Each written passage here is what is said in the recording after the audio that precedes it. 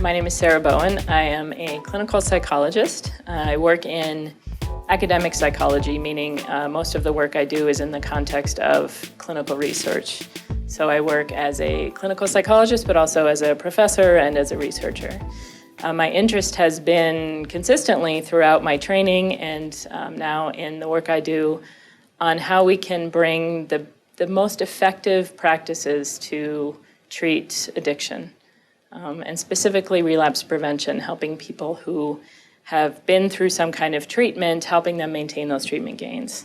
As we know, most people relapse. It's part of the process. So how can we help people perhaps not relapse, or if they do relapse, get back on board again and not go back to the beginning and get caught in these cycles?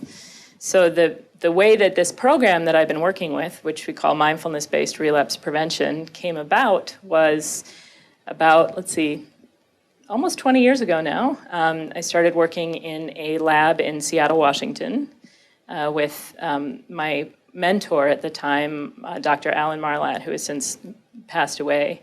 And he was very interested in the same kind of agenda, the same program of helping people to sustain their treatment gains, noticing that people go into treatment and then 2 weeks later, you see him back in treatment, and how can we help them not to keep in the cycle?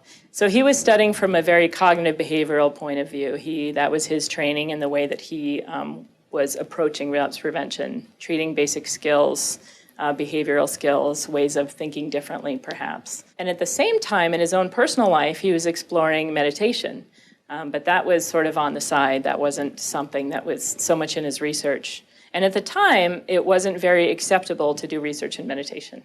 It meant you were, it sort of put your career on the line. It wasn't considered scientific or very academic or professional. So he was doing smaller studies kind of on the side at the same time as he was doing these larger trials with cognitive behavioral therapy.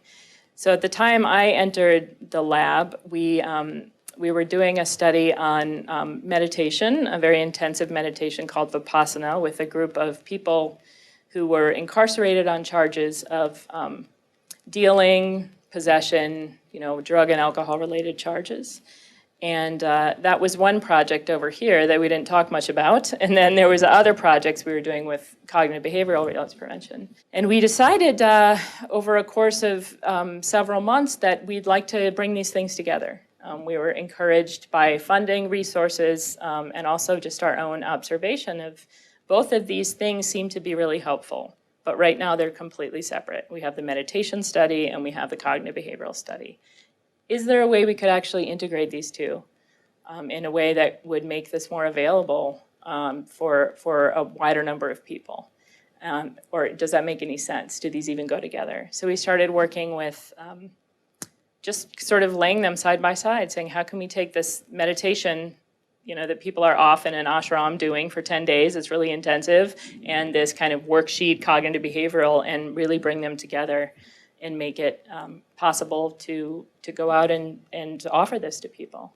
So that's where it began, and we're still in that process of looking at how these things integrate and discovering more and more ways of disseminating and serving people who need help.